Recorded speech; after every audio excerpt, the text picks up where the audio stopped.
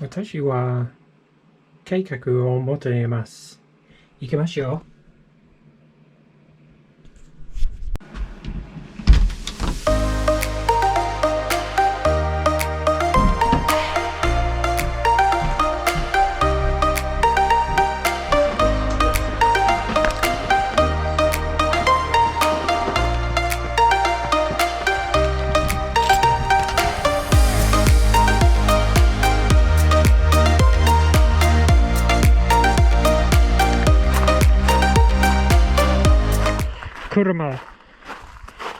私の車。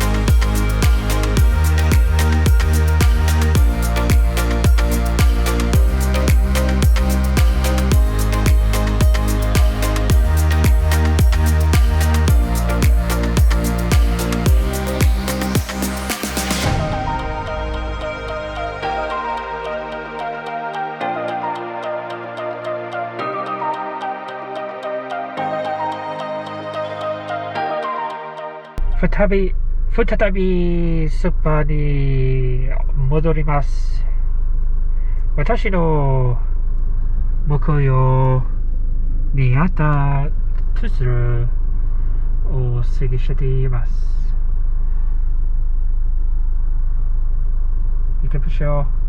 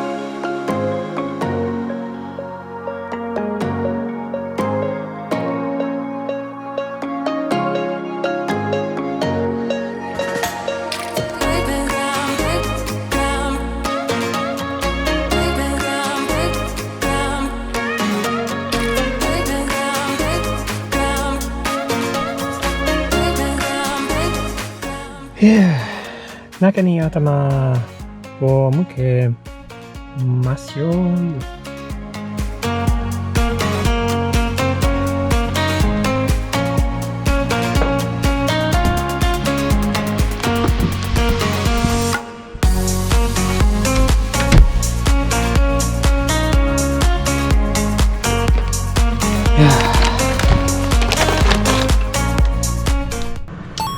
ファンがうるさすぎないことを願っています。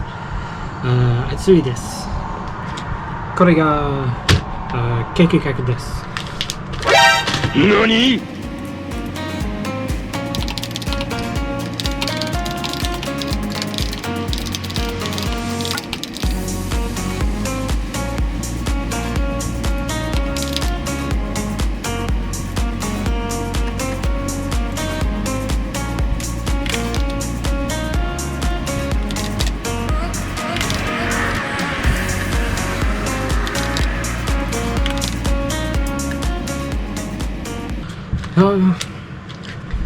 私は異物サイトから学びメモを取ります。